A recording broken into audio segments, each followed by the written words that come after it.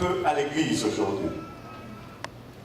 On va parler un peu à l'église aujourd'hui. Le Seigneur m'a mis ça, je ne sais pas. On va aller dans le livre de 1 Pierre, chapitre 4, et on va lire à partir du verset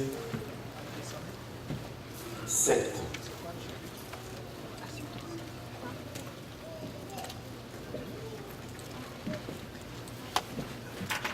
Vous savez,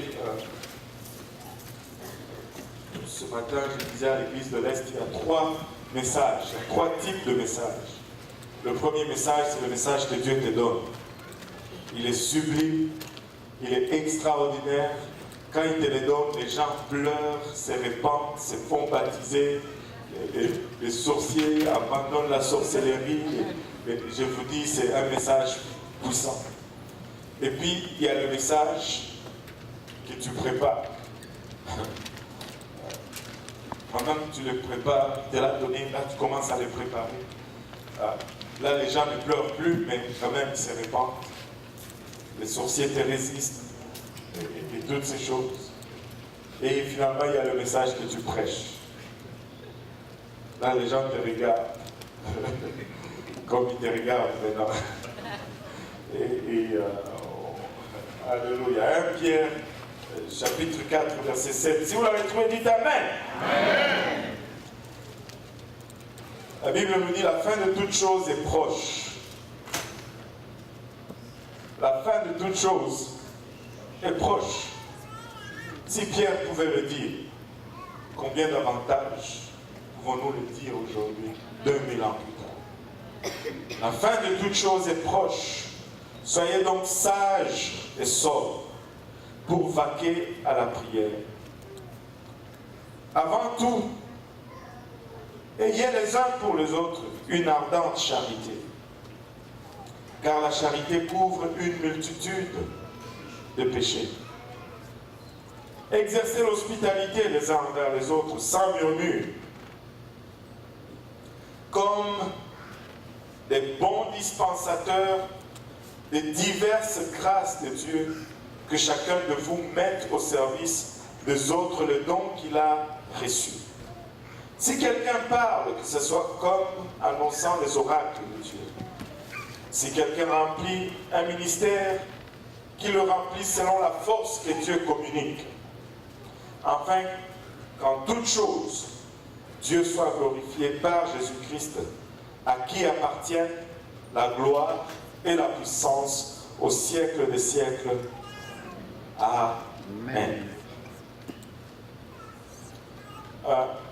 Juste pour souligner certains points que je vais faire ressortir dans ce passage, je vais lire la version Darby. La version Darby dit ceci: mais la fin de toute chose s'est approchée. Soyez donc sobres et veillez pour prier. Veillez pour prier. Mais avant toute chose, ayant entre vous un amour fervent, pas juste un amour tiède, un amour timide, mais ayant les uns pour les autres un amour fervent. Amen. Car l'amour couvre une multitude de péchés. Étant hospitaliers les uns envers les autres sans murmure, suivant que chacun de vous a reçu quelque don de grâce. Je vais le relire. Suivant que chacun de vous a reçu quelque don de grâce, employez-les les uns pour les autres, comme bons dispensateurs de la grâce variée de Dieu. Si quelqu'un parle, qu'il le fasse comme oracle de Dieu. Si quelqu'un sert, qu'il serve comme par la force que Dieu fournit, afin qu'en toute chose, Dieu soit glorifié par Jésus-Christ, à qui est la gloire et la puissance au siècle des siècles. Amen. Prions tous ensemble. Pasteur Serge, tu veux prier pour le service. Éternel des armées, dans le nom de Jésus, venons humblement devant le trône de ta grâce pour te prier. Enlève toute pierre, tout obstacle, toute pensée qui s'oppose à la connaissance de Dieu de nos cœurs. Permets que nous approchions de toi humblement comme de petits enfants, car tu dis que nous croyons blessures pour ceux qui leur ressemblent. Papa, viens nous vider de nous-mêmes, de nos idées préconçues. Permets que nos cœurs soient une terre fertile, Seigneur, qui reçoive la semence de ta parole et que cette semence nous permette de porter des fruits qui demeureront jusqu'à la vie éternelle. Nous ne manquerons pas de te donner tout honneur et toute gloire, de nous avoir bénis dans ton royaume pour un temps comme celui-ci. Pour ton serviteur, Seigneur Jésus, donne-lui la totale liberté dans ton esprit de dire ce que l'Esprit dit à l'Église. Pour un temps comme celui-ci, nous ne manquerons pas de te donner toute gloire. Au nom de Jésus-Christ. Amen. Nous disons tous au nom de Jésus. Au nom de Jésus. Alléluia. Pouvez-vous battre vos mains pour le Seigneur juste alors que vous êtes en train de s'asseoir.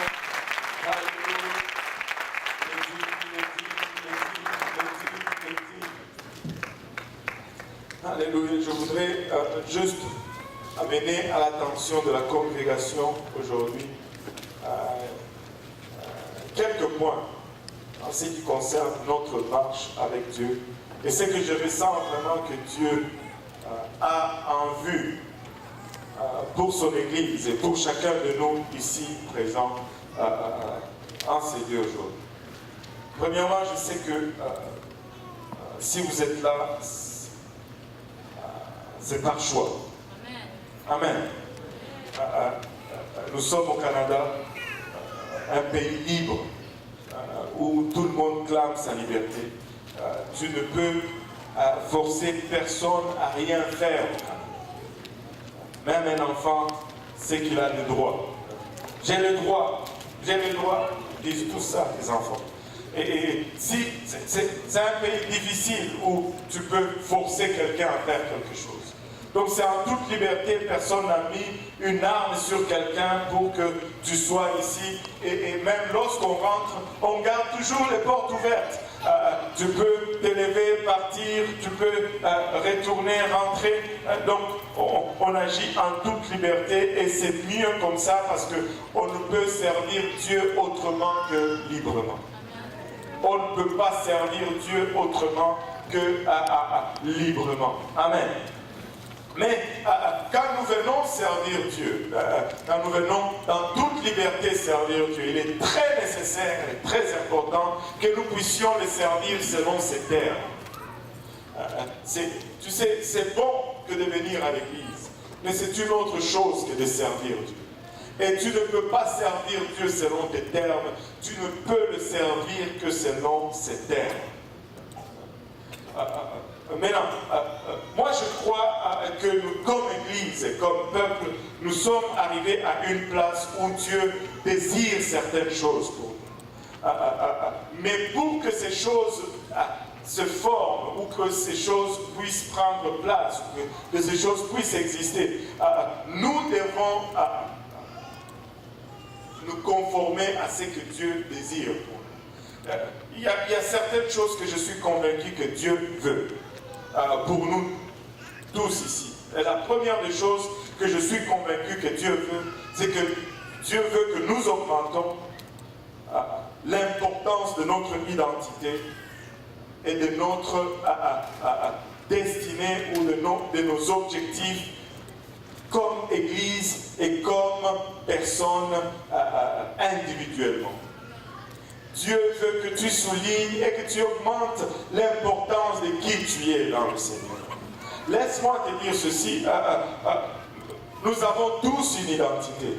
Et l'identité est cruciale pour que tu puisses accomplir et assumer qui tu es. Une crise d'identité est à la source de la délinquance, de la violence et de beaucoup de problèmes. Mais nous savons qui nous sommes. Nous savons qui nous sommes. Nous avons été rachetés à un grand prix. Nous appartenons à notre Père Céleste. Nous devons être conscients de notre identité et nous ne devons pas avoir honte de notre identité. Amen. Je suis chrétien et je n'ai pas honte d'être chrétien. Non seulement je suis chrétien, je suis apostolique. Je ne suis pas juste chrétien.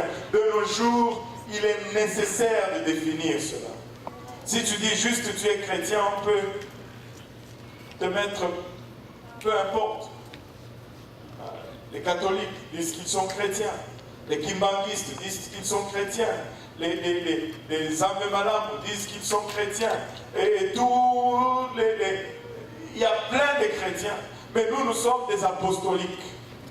Nous ne sommes pas juste n'importe quel chrétien, nous sommes des apostoliques. Pourquoi Dieu veut que tu augmentes l'importance de ton identité et de ta destinée? C'est parce qu'il a conféré un don particulier, un talent spirituel qui est divin en chacun d'entre nous.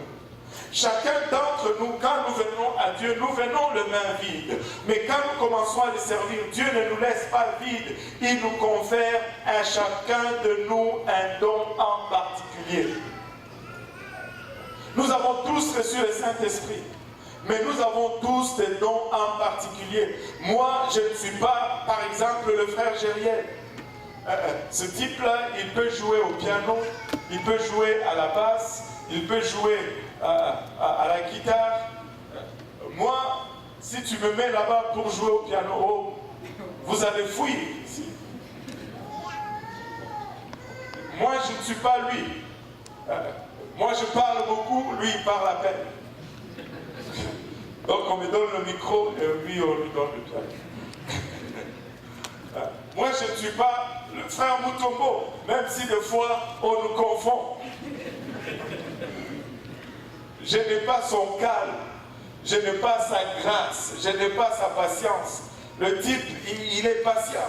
Des fois, je me demande si on est de la même famille. Un de nous doit être adopté ou quelque chose. Mais il est calme, il est stable. Moi, c'est pas comme lui. Moi, je dois bouger, je dois parler, je dois me mélanger avec les gens. Lui, il peut être content tout seul. Mais moi, ça me prend des gens pour être content. Alléluia.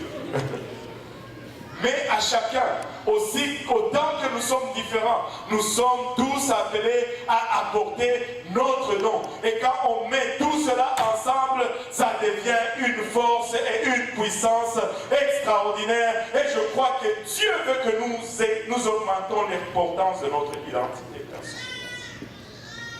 Alléluia. Dieu désire que vous jouez un plus grand rôle dans l'Église.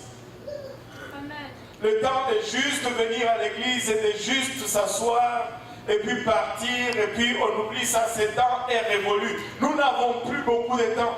La fin approche. La fin approche. Dieu veut que tu augmentes ton rôle que tu joues dans l'église. Il faut que tu augmentes le rôle que tu joues dans l'église. Vous savez,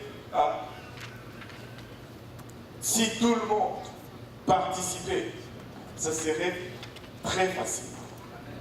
Très facile. Vous savez, juste, si tout le monde invitait juste une personne, on n'aurait pas assez de place aujourd'hui dans l'église. On aurait des gens dans la chapelle en haut.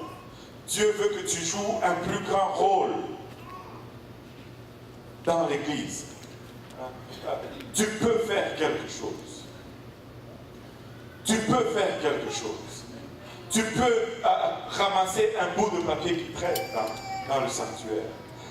Tu peux aider à nettoyer. Tu peux aider à évangéliser. Tu peux aider à enseigner une étude biblique. Tu peux aider à inviter quelqu'un. Tu peux aider à amener quelqu'un à l'église. Tu peux aider à reconduire quelqu'un à l'église, de l'église à chez lui. Mais Dieu désire que nous jouons un plus grand rôle dans l'église.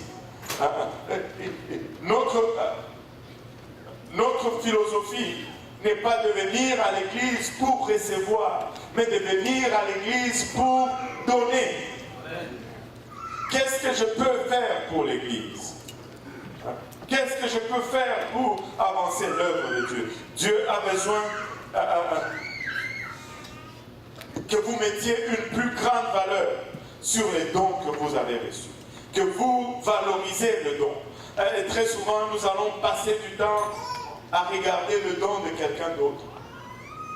Alors que le don que Dieu nous a donné, nous l'ignorons, nous le négligeons, nous le sous-estimons Et des fois, je regarde les gens ici, il y a des talents extraordinaires qui n'attendent qu'à être utilisés ou exploités. Ne regarde pas le talent de quelqu'un d'autre. Dieu t'a donné un don. Chacun de nous a un don en particulier. Et il n'y a pas un don qui est inférieur à un autre. Il n'y a pas un don qui est plus utile qu'un autre. Tous les dons se complètent pour former un tout. Nous avons autant de besoins des gens qui nettoient l'église que des gens qui prient. Nous avons autant besoin des gens qui jeûnent que des gens qui donnent. Nous avons autant besoin des gens qui évangélisent que des gens qui enseignent. Nous avons autant besoin des gens qui prêchent ou des gens qui prennent soin, qui appellent, qui font le suivi. Nous avons besoin de tout cela et il n'y en a pas un qui est moins important que l'autre. Et j'ai toujours donné cet exemple.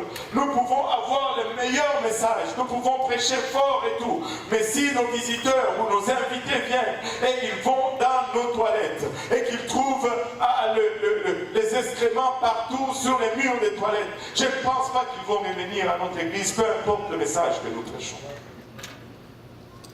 Nous avons besoin de tout le monde. Amen. Et tout le monde peut faire quelque chose dans la maison de Dieu. Mais il faut que tu commences à valoriser le don que Dieu t'a donné. Et il faut que tu commences à créer un peu plus d'attention à la gestion de ton temps. Que tout le monde dise, gérer mon temps. Tu dois bien gérer ton temps. Tu dois rentabiliser ton temps. Ne gaspille pas le temps. Le temps, c'est notre denrée le plus précieux. Juste à cause de ces faits, une fois qu'il est perdu, il ne se rattrape pas.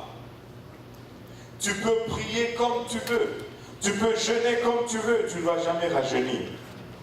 Il n'y a qu'une seule direction, c'est le vieillissement. Parce qu'on ne peut pas rattraper le temps. Tu ne peux pas rattraper le temps.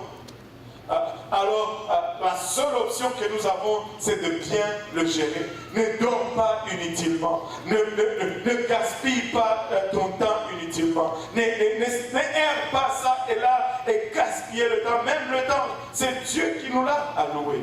Il sait exactement quand nous sommes rentrés dans ce monde et il sait quand nous allons en sortir. Il nous a alloué un montant de temps, mais ne gaspille pas ce temps. Et souvent, tu vois, on va être jeune et on pense qu'on a l'éternité. Tu sais, quand on vieillit, on fait les choses différemment. On réalise que le temps est précieux. Mais quand on est jeune, on pense qu'on va vivre éternellement, qu'on a l'éternité. Fais ça, je vais le faire demain. C'est ce que tu peux faire aujourd'hui, fais-le aujourd'hui. Maximise ton temps. Ne le gaspille pas inutilement. Ne le gaspille pas inutilement. Les affaires du royaume de Dieu sont très sérieuses. Ce sont les affaires qui vont demeurer. Il y a tout ce que nous allons faire va pourrir, excepté ce que nous aurons fait pour Dieu. Tout ce que nous allons faire va avoir une fin. Mais seulement ce que nous aurons fait pour Dieu va demeurer pour l'éternité. Les affaires de Dieu sont très sérieuses et nous devons placer une grande estime, une grande importance sur les dons spirituels individuels que Dieu nous a donnés. Dieu veut que nous augmentions l'importance de notre identité. Dieu veut que nous estimions le don qu'il nous a donné à chacun individuellement. Quand il nous a donné ce don, c'est pour le bien de tous. Mais quand nous sous-estimons ce don, nous privons les autres de ce don. Dieu, deuxième chose que je crois que Dieu veut nous dire aujourd'hui, c'est que Dieu veut que nous augmentions l'importance de gagner une âme. Non seulement l'importance de gagner une âme, mais que nous augmentions aussi l'importance de faire la suivi de cette âme. C'est une chose que de gagner une âme, mais c'est une autre chose que de la voir grandir. Nous pouvons gagner plusieurs âmes, Mais si nous n'investissons pas le temps pour faire la suivi, ces âmes meurent et ils retournent à la place où ils étaient. Je sais que nous sommes une église très tournée vers l'évangélisation. Mais nous devons mettre l'emphase sur gagner les âmes. Regardez un peu avec moi le verset 10. Il nous dit, comme des bons dispensateurs des diverses grâces de Dieu. Nous sommes les dispensateurs de la grâce de Dieu. Cette grâce, enfin, il y a plusieurs grâces, on va parler de cela tout à l'heure, mais la grâce dans son sens général, c'est ce qui produit le salut en nous. Mais nous sommes dispensateurs de cette grâce. Donc notre premier rôle, c'est gagner les âmes. Nous devons mettre l'importance sur l'effet de gagner les âmes et de faire des disciples. Et nous devons mettre les dons que nous avons reçus au service des autres. Que chacun de vous mette au service des autres les dons qu'il a reçus. Non à son propre service, mais au service des autres. Ça ne dérange pas le diable que tu viennes vraiment à l'église. Parce que lui-même, il vient aussi à l'église. Et peut-être qu'il est même assis là à côté de toi. Il est en train de te chuchoter à l'oreille. Il n'écoute pas. Laisse-moi te poser une question. Est-ce qu'il y a des gens qui croient que le diable ne vient pas à l'église? Et quand le prédicateur prêche et que tu commences à te dire, ah, ça c'est pas de Dieu, c'est même pas vrai. Tu penses que c'est qui te dit ça? Il est juste là. Anyway, regarde le dit, hey, laisse-toi.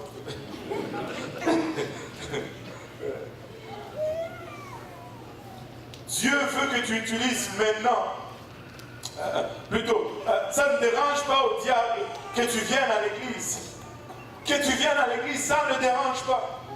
Il ne veut simplement que tu opères avec passion et avec urgence les dons que Dieu a mis en toi. Tu peux venir à l'église comme tu veux, ça ne dérange pas le diable. Mais quand tu commences à exercer et à opérer dans la dimension dans laquelle Dieu t'appelle, alléluia, et là il se dresse et il commence à t'opposer. Écoute, il est temps que nous réalisons qui nous sommes et il est temps que nous réalisons le don que nous avons et que nous commençons à opérer dans ce don, sinon ça ne sert à rien. Le diable va nous laisser tranquille. Tu veux aller à l'église, il va même te donner un lift. Du temps que tu ne fais rien avec le don que Dieu met en toi. Il ne veut pas que vous traitiez votre don et vos âmes avec une importance grandissante. Quand tu commences à t'intéresser vraiment aux choses spirituelles, c'est alors qu'il devient agité et secoué. Quand tu commences à t'intéresser à une âme, le diable n'est pas content, c'est alors qu'il devient agité et secoué. Laissez-moi vous dire, nous allons prendre conscience et nous allons utiliser tout ce que Dieu a mis en nous comme don, comme ressource pour gagner une âme ou pour suivre une âme. Et c'est comme ça que nous allons faire la différence. Dieu veut que tu utilises maintenant le don qu'il a placé en toi pour enseigner une étude biblique, pour toucher une famille, pour toucher une maison.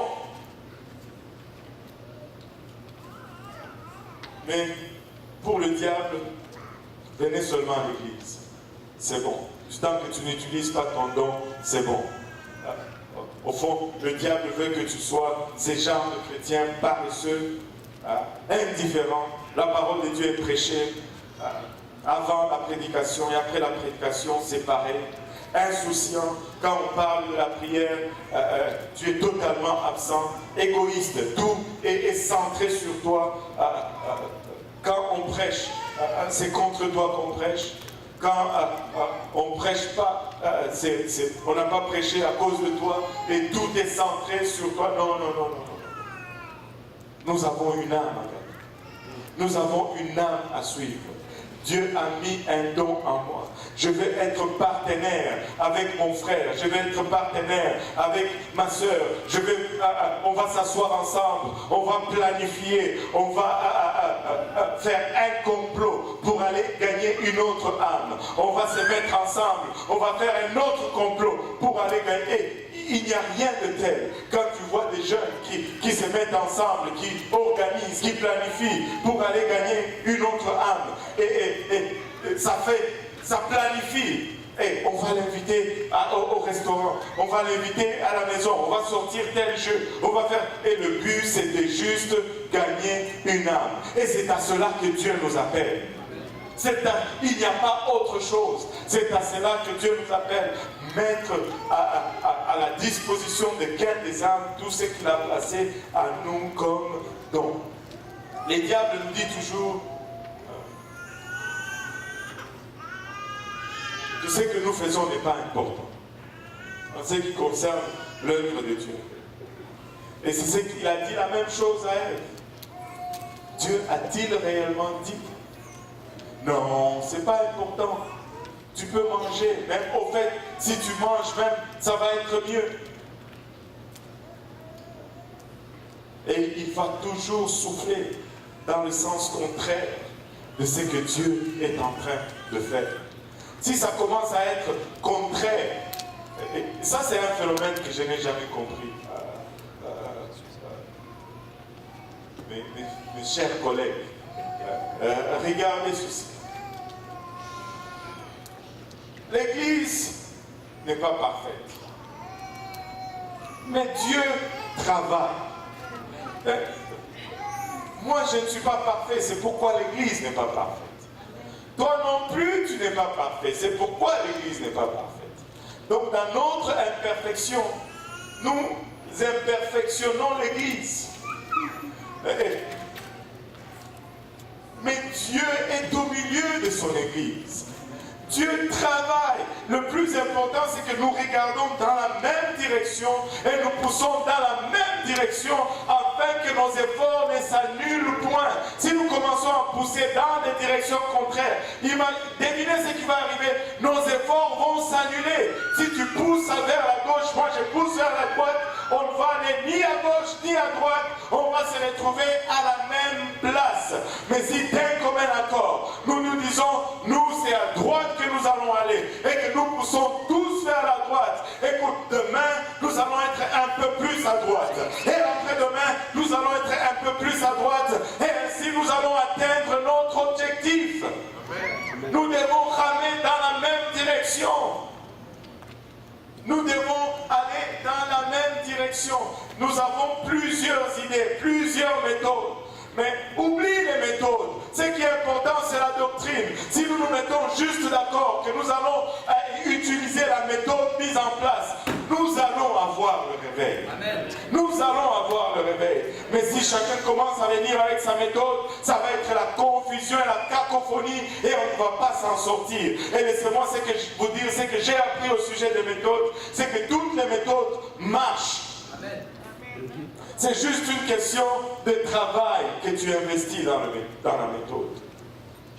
À la base de chaque méthode, il y a le travail. Mais ici, dans cette église, nous avons choisi les études bibliques comme étant la méthode de base. Nous avons choisi juste l'honnêteté comme étant la méthode de base. Nous n'allons pas leurrer les gens en essayant de leur dire, mais venez, on a ceci, mais alors qu'on a autre chose. Non, non, non, non, non. Nous leur disons la vérité. Nous leur disons que si tu viens à l'église, c'est pour trouver Jésus. Ce n'est pas pour trouver un mari ou une femme. C'est pour trouver Jésus-Christ. C'est tout ce que nous avons à offrir. Nous n'avons rien d'autre à offrir. Tout ce que nous avons à offrir, c'est Jésus-Christ. Nous n'avons pas de méthode. Non, non, non. L'évangile.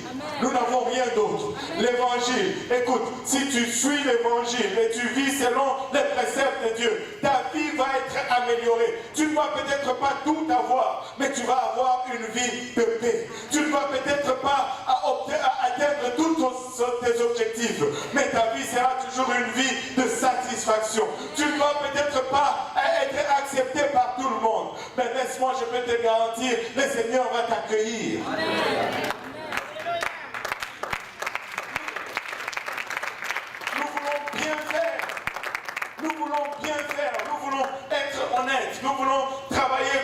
méthode.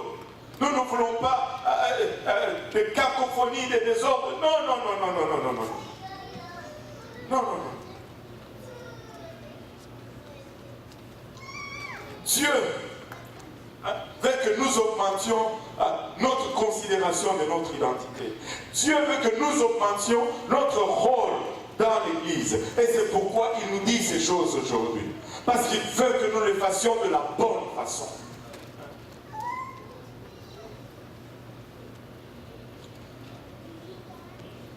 Nous devons commencer à valoriser l'évangélisation ou le gain des âmes. Nous devons commencer à valoriser le mentorat. Et maintenant, le mentorat c'est quoi? Ou le discipolat, et tous ces mots qui finissent avec A. C'est juste le fait de prendre quelqu'un sous son aile et de le conduire dans le chemin que le Seigneur t'a conduit. Amen. Alors qu'ils sont jeunes, tu veux les soutenir. Mais tu sais, si tu n'as pas marché sur un chemin, tu ne peux pas y conduire personne. C'est pourquoi on veut que tu marches d'abord, avant que tu commences à faire marcher quelqu'un dans ce chemin. Tu dois marcher sous le chemin de l'obéissance avant que tu puisses amener à quelqu'un à marcher dans le chemin de l'obéissance. Tu dois marcher sur le chemin de la compassion pour amener quelqu'un à marcher sur le chemin de la compassion. Tu dois y marcher d'abord toi-même. Et tu sais, faire le discipolat, suivre les nouveaux convertis, ce n'est pas une compétition.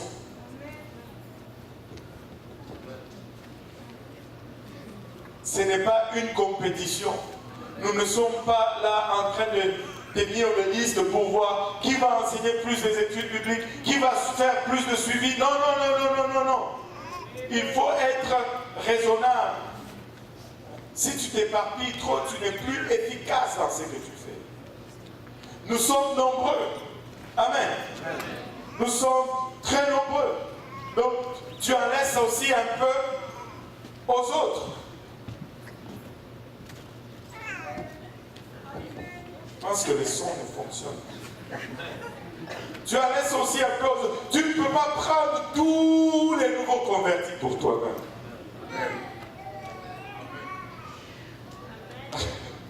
Amen. Et avoir des nouveaux convertis qui viennent, ce n'est pas une parcelle de pouvoir, ce n'est pas un territoire de pouvoir. Et là où tu as maintenant ton petit royaume, tu commences à dicter et à diriger. Non, ce n'est pas ça. C'est le conduire à Jésus-Christ en toute humilité. En fait, tu meurs pour que eux, ils puissent vivre comme Jésus est mort, pour que toi, tu puisses vivre. Alors, je n'aime pas ça, mais je vais enseigner ce que le Seigneur m'a dit. Alléluia. Quand j'enseigne ce que le Seigneur me donne, il est content. et moi, ça me dit des trop. Alléluia. Maintenant, regardez ceci. Ce n'est pas... tout le monde peut faire quelque chose dans la maison de Dieu. Amen. J'ai dit, tout le monde peut faire quelque chose dans la maison de Dieu. Tout le monde peut participer. Tout le monde peut participer. Amen. Amen. Oh non, ça c'est mon âme. Tu as deux âmes maintenant? Non, c'est son âme à lui. Et j'ai mon âme. Mais nous tous, nous sommes des âmes du Seigneur. Mais temporairement, Dieu nous donne une responsabilité et nous allons prendre cette responsabilité avec amour, avec passion, mais avec responsabilité. Amen. Maintenant, regardez ceci. Il faut prendre au sérieux l'évangélisation. Il ne faut pas que ça devienne une source d'orgueil pour nous-mêmes. Et le diable, très souvent, il va nous avoir par cette ruse. Ou soit il nous rend trop paresseux, là nous ne faisons rien, nous disons moi je ne vaux rien. Ou soit il nous rend trop actifs, et là nous commençons à devenir orgueilleux de ce que nous faisons. Moi j'ai enseigné 17 études bibliques. Ne me comprenez pas de travers. Je veux que tu enseignes même 30 études bibliques, même 40, même 50. Mais il faut que ça soit fait dans l'humilité et de la bonne façon, sans marcher sur le pied de personne, sans taper sur la tête de personne, avec amour et compassion, de sorte que seul Dieu puisse tirer gloire de ces études.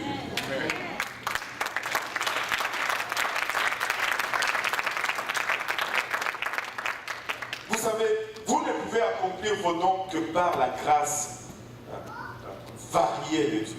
Et je vais parler un peu de cette grâce variée de Dieu. C'est par cette grâce que nous opérons. Dieu veut que nous opérions les dons, mais c'est par la grâce que nous les opérons. Vous savez pourquoi on parle de la grâce de Dieu aujourd'hui? Parce que la plupart d'entre nous essayons de servir Dieu. Et notre désir est noble. Mais nous essayons de les servir seulement du point de nos habilités, et du point de notre intellect, du point de notre force humaine. Et ça conduit au fait à l'épuisement, à la fatigue, à la dépression et même des fois à l'apathie. Parce que nous essayons d'utiliser nos propres habilités pour gagner une âme ou pour faire le suivi d'une âme, sans comprendre vraiment c'est quoi la grâce variée de Dieu. Nous devons le faire par la grâce de Dieu. Et si nous n'arrivons pas à saisir l'opération de la grâce de Dieu, nous allons nous brûler. Nous allons être égocentriques. Nous allons être... nous n'allons pas avoir de bonne perspective. Nous allons essayer de tirer la gloire de ce que Dieu est en train de faire pour nous.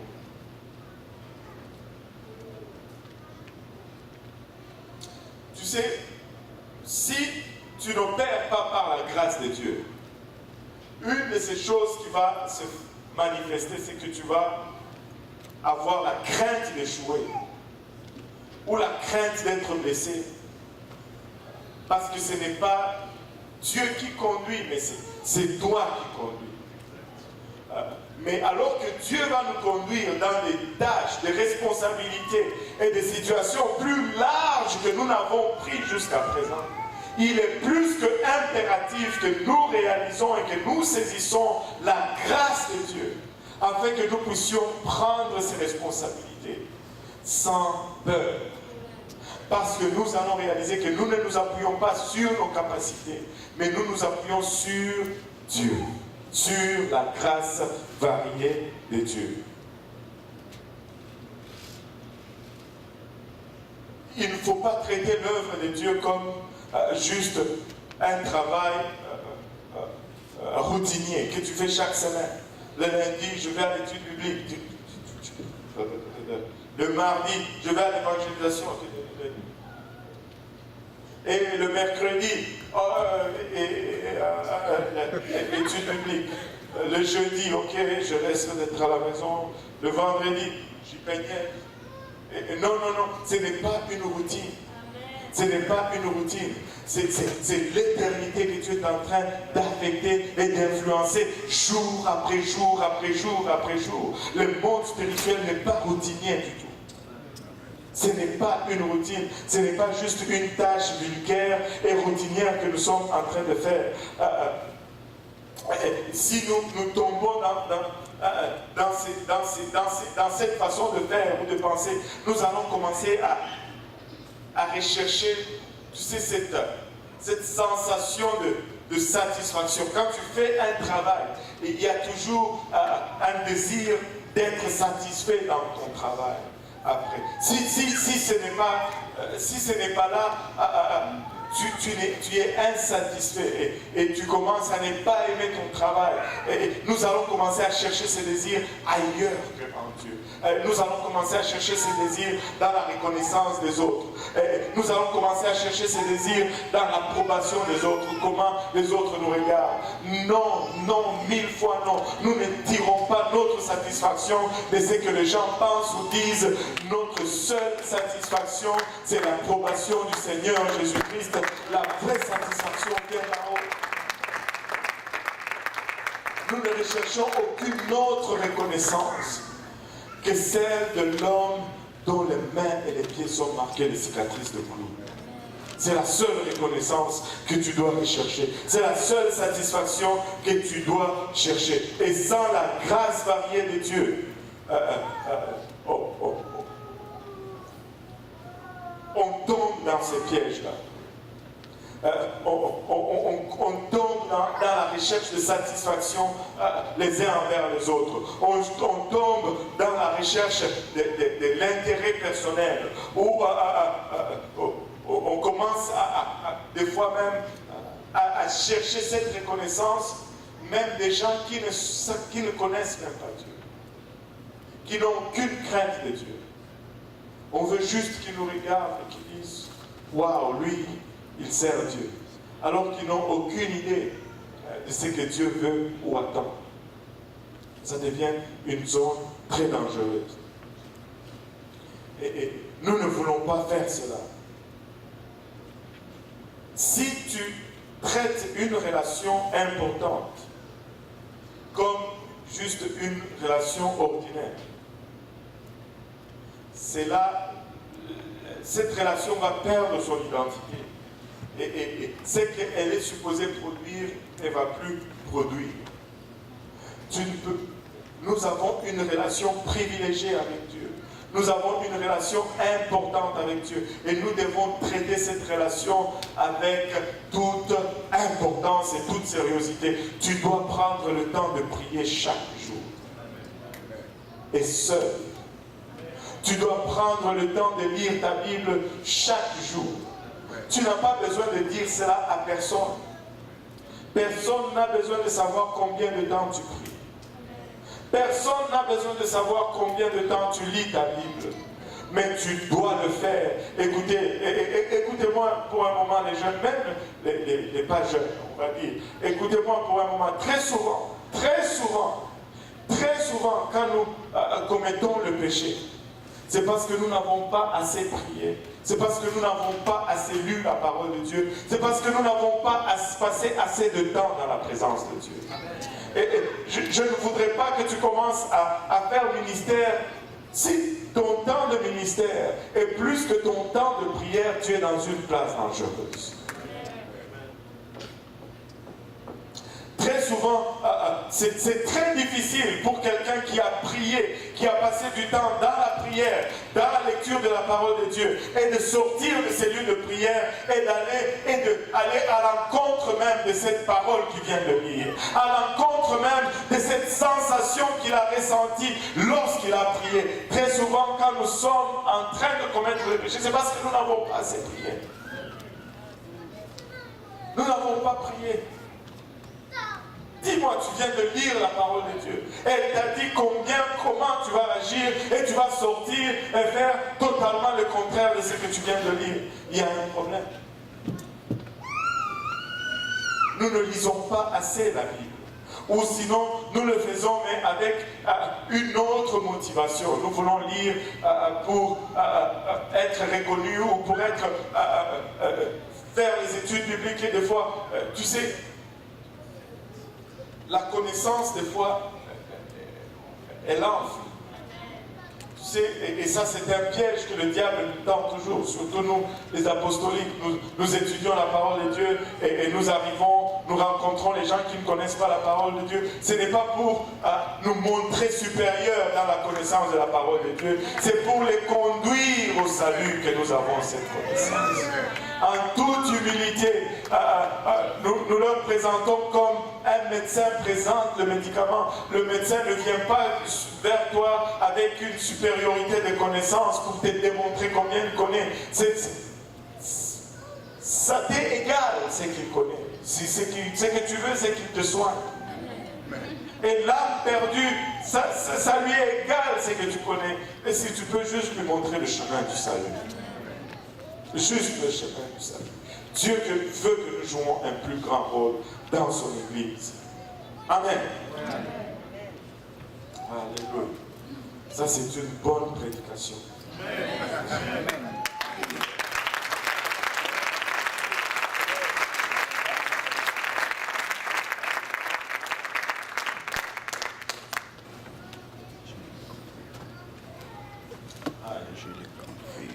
Vous savez, ce mot varier, la grâce variée de Dieu, signifie une multiplicité de couleurs, signifie aussi une diversité d'opérations de Dieu. Et c'est par ces diverses opérations que nous gagnons les âmes au Seigneur. Maintenant, nous regardons un peu regardons quelques diversités de la grâce de Dieu. Nous allons regarder quelques diversités de la grâce de Dieu. Je vais avoir besoin que quelqu'un me lise un peu la parole pour qu'on aille rapidement.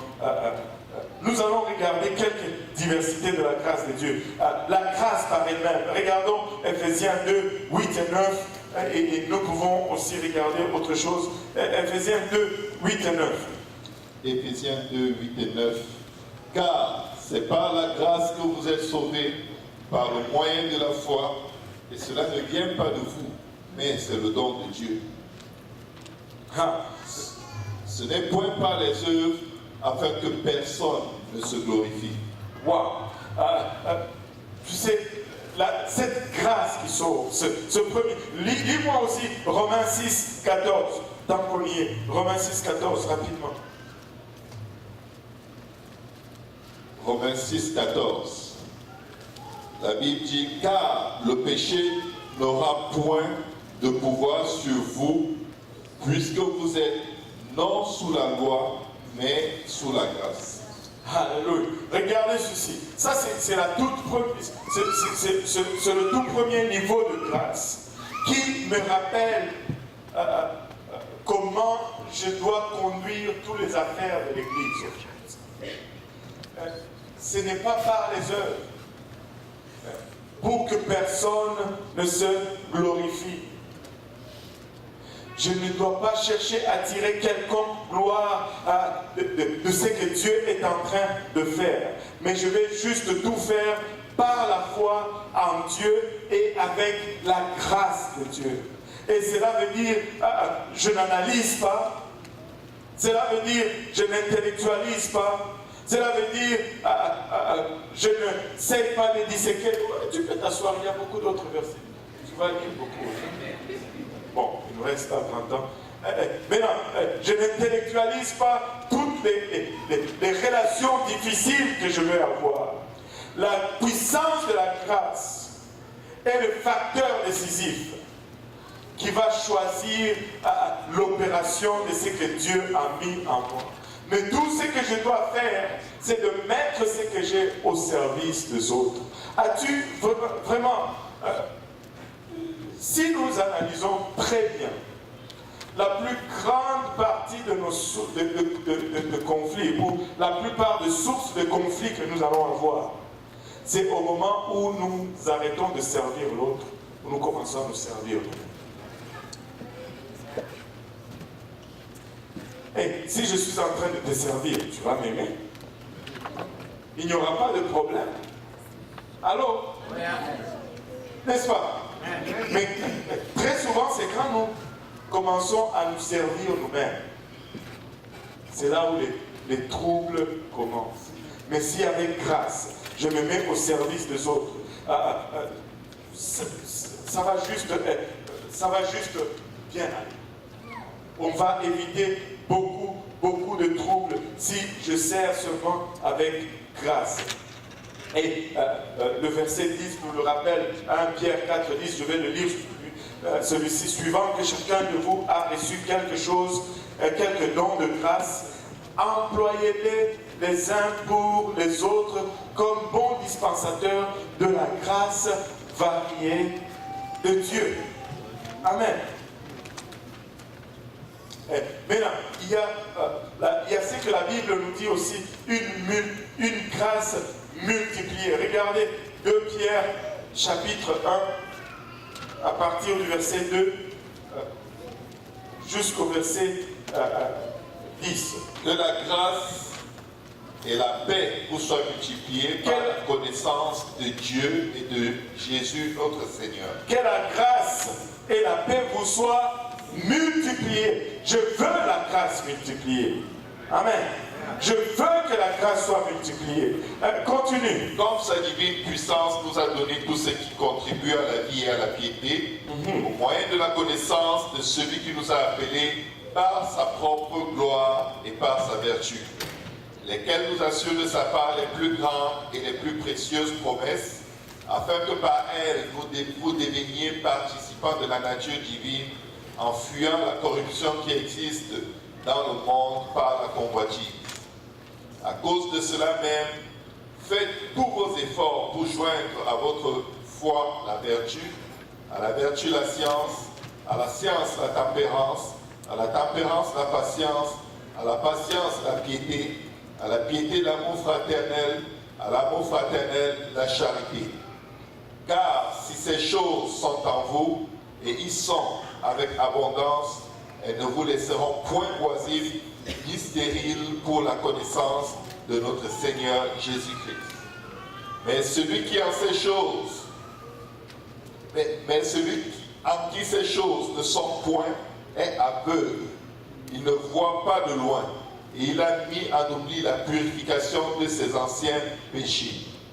C'est pourquoi, frères, appliquez-vous d'autant plus à affermir votre vocation et votre élection, car en faisant cela, vous ne broncherez jamais. Tu veux savoir la clé pour ne jamais broncher? Si tu fais ces choses, tu ne vas jamais rétrograder. Tu ne vas jamais rétrograder. Tu ne vas jamais rétrograder. Le temps nous fait défaut. Je vais juste expandre un peu là-dessus. Laissez-moi vous dire ceci. Où Dieu multiplie la grâce, il va aussi multiplier l'influence avec les autres. Si tu agis avec grâce, cette grâce multipliée, tu verras que ton réseau va juste continuer à s'agrandir. Tu vas être une personne d'influence. Mais c'est ça que nous désirons. Pas une personne de contrôle, mais une personne d'influence. C'est-à-dire où les gens gravitent autour de toi. Parce qu'ils voient la grâce de Dieu. Tu n'as pas à courir après les gens. Ils vont graviter autour de toi parce qu'ils voient la grâce de Dieu en opération dans ta vie. Ils veulent être là parce que tu utilises les dons qu'il y a en toi pour servir les autres. Ils sont attirés par cela. Et faisant cela, quand ils sont attirés, l'opportunité que tu as, c'est de les influencer. De les influencer. Que la grâce et la paix vous soient multipliées par la connaissance de Dieu et de Jésus-Christ notre Seigneur. Comme sa divine puissance nous a donné tout ce qui contribue à la vie et à la piété au moyen de la connaissance de celui qui nous a appelés par sa propre gloire et par sa vertu. Il nous a donné tout. Il nous a donné tout ce qui contribue à la vie et à la piété, à la vie et à la sanctification. Il nous a tout donné, lesquels nous assurent de sa part les plus grandes et les plus précieuses promesses. Et les promesses de Dieu sont toujours attachées avec une condition. En faisant ces choses, nous nous assurons les promesses de Dieu. Amen. Afin que par elles, vous deveniez participants de la nature divine. En fouillant la corruption qui existe dans le monde par la convoitise. Et à cause de cela même, faites tous vos efforts. Faites tous vos efforts. Oh, pasteur, la sanctification, ce n'est pas normal. Pourquoi est-ce que je dois forcer? Parce que si c'est de Dieu, ça doit se faire tout seul. faites tous vos efforts. Tu dois aller contre ta propre nature. Parce que tu veux acquérir la nature divine. Ta propre nature ne te sert de rien. Ta propre nature ne produit rien. Tu dois la mettre de côté et tu dois aller acquérir la nature divine. C'est pourquoi nous allons lutter toujours contre ces choses. Parce qu'elles vont à l'encontre de notre propre nature. Mais tu sais quoi? Je suis en train de lutter pour que je lâche cette nature et que j'acquière la nature divine. Parce que c'est seulement dans cette nature que se trouve mon salut. Amen. Si je garde ma nature, je péris. Mais si j'acquiers la nature divine, je suis sauvé. Et il faut lutter. C'est un effort quotidien. C'est un effort de chaque jour. La parole de Dieu n'est pas contre toi. Le pasteur n'est pas contre toi. L'église n'est pas contre toi. Mais c'est ta nature qui lutte contre toi. Parce qu'au fond de toi-même, tu veux être sauvé. Nous voulons tous être sauvés. Amen. Enfin, je crois que c'est pourquoi nous sommes là. Alléluia. Mais ta nature lutte contre toi. Ta nature pousse contre toi parce que tu veux aller vers le salut. Tu veux aller vers la nature divine. Mais ta nature lutte contre toi. À cause de cela même, faites tous vos efforts pour joindre à votre foi la vertu, à la vertu, la science, à la science, la tempérance, à la tempérance, la patience, à la patience, la piété, à la piété, l'amour fraternel, à l'amour fraternel, la charité. Et si ces choses sont en vous, vous n'allez pas broncher. Amen. Vous n'allez pas broncher. Dieu peut multiplier la grâce en vous.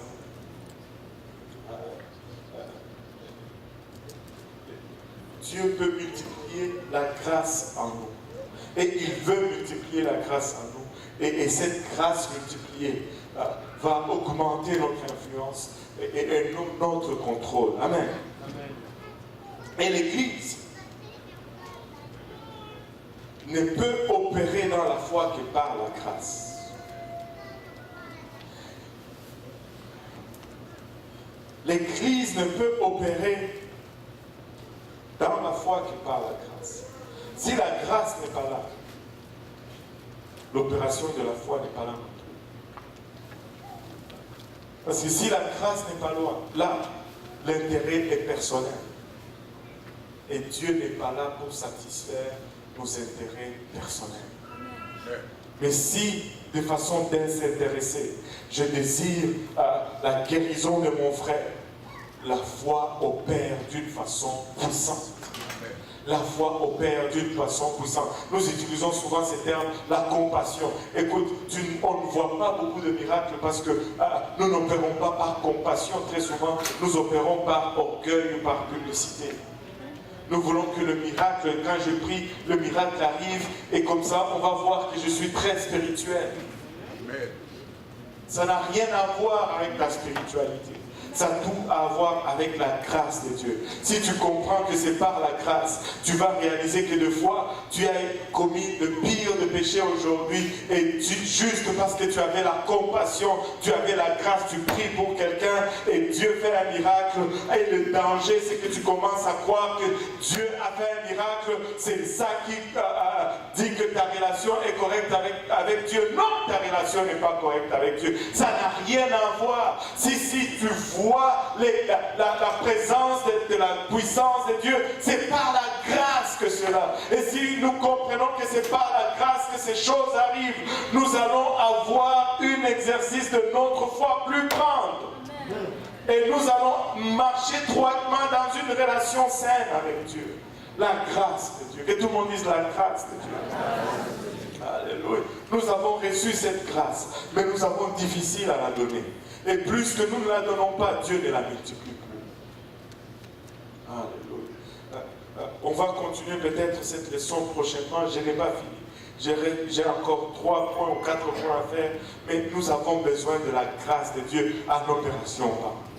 Nous voulons fonctionner par la grâce de Dieu. Tu sais, quand nous ne pourrons pas par la grâce, il y a un autre effet. Nous cachons notre témoignage. Parce que nous disons, j'ai plein de péchés, je ne veux pas que les gens sachent ce que j'ai fait, alors que c'est cela même que Dieu va utiliser par la grâce pour affermir le faible qui vient après nous. Le faible, façon de parler, ce n'est pas qu'ils sont faibles, mais ils sont juste au début de leur marche. Mais s'ils restent 2 ans dans l'église, comme toi tu en as fait, peut-être qu'ils vont être même plus forts que toi, ou plus forts que moi. Mais par la grâce, nous allons partager, parce que nous savons qu'en nous, il n'y a aucune mérite. Il n'y a aucune mérite. Mais le Dieu de grâce, qui a tout fait, il a accompli ces choses, et il va continuer à les accomplir parmi nous. En nous levant tous ensemble, le temps court contre nous.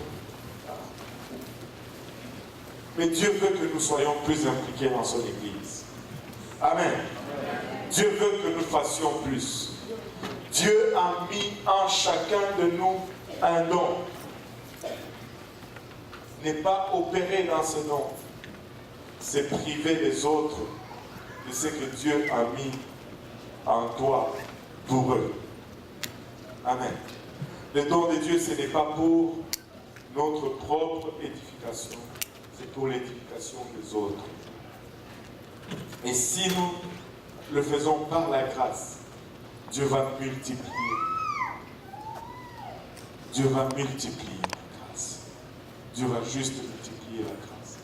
On va prendre le temps de venir parler au Seigneur, juste ouvrir nos cœurs au Seigneur. Je ne sais pas pour vous, mais moi, je veux faire plus dans l'Église. Je ne sais pas pour vous, mais moi, je veux faire mieux dans l'Église. Je veux mieux servir Dieu. Je vais donner mon meilleur.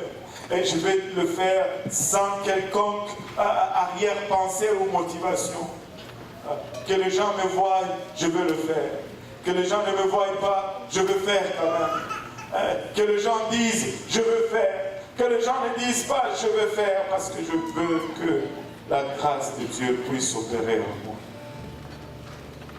Il y a un grand potentiel parmi nous. Dieu n'a jamais réuni, il n'a jamais rassemblé autant de talents que nous pouvons le voir dans notre congrégation aujourd'hui. Il y a une diversité de talents, il y a une diversité de connaissances, il y a une diversité d'habilités. Mais si nous mettons tous ensemble, nous ne pouvons pas vraiment énumérer ce que Dieu peut faire avec nous. Mais acceptons la grâce de Dieu. Acceptons que nous sommes là par la grâce de Dieu. Acceptons que nos péchés ont été pardonnés par la grâce de Dieu. Et acceptons le fait que Dieu veut nous amener dans cette autre dimension par sa grâce.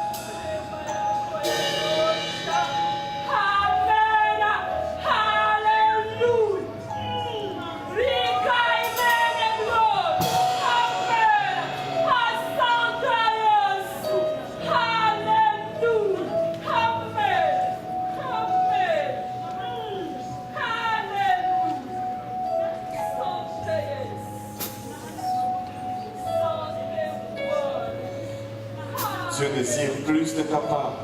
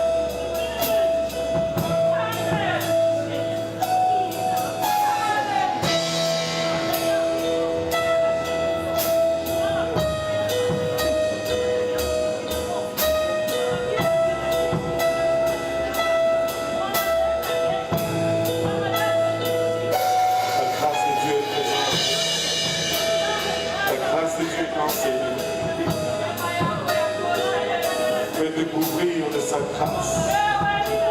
Il veut que tu opères sous sa grâce.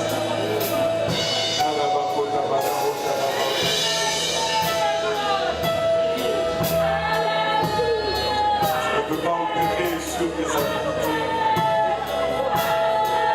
Tu ne peux pas opérer non plus sur tes blessures. C'est sur ta grâce, sur sa grâce que tu vas opérer. Sur sa grâce que tu as été opéré.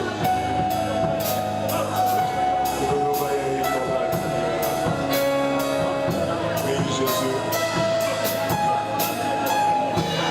Toi, tu nous as donné ta grâce, Seigneur.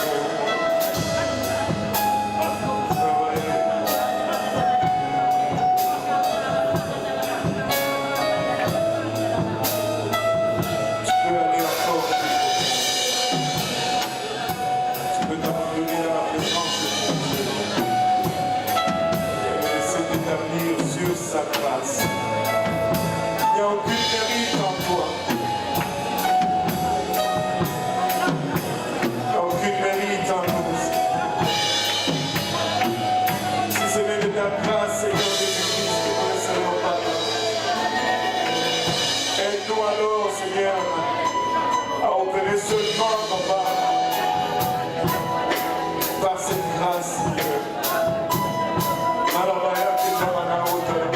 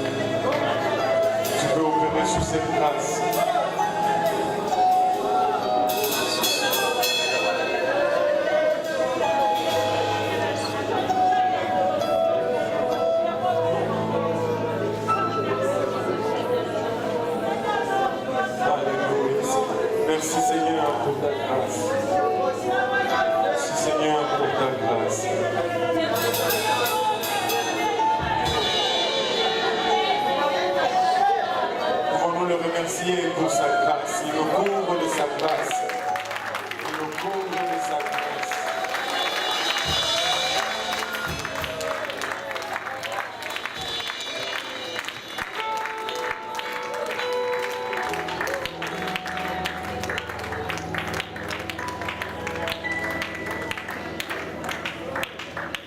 Agissons donc par cette grâce dont nous sommes couverts.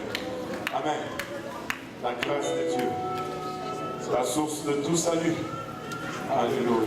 Et opérons les dons que nous avons, les uns pour les autres. Amen.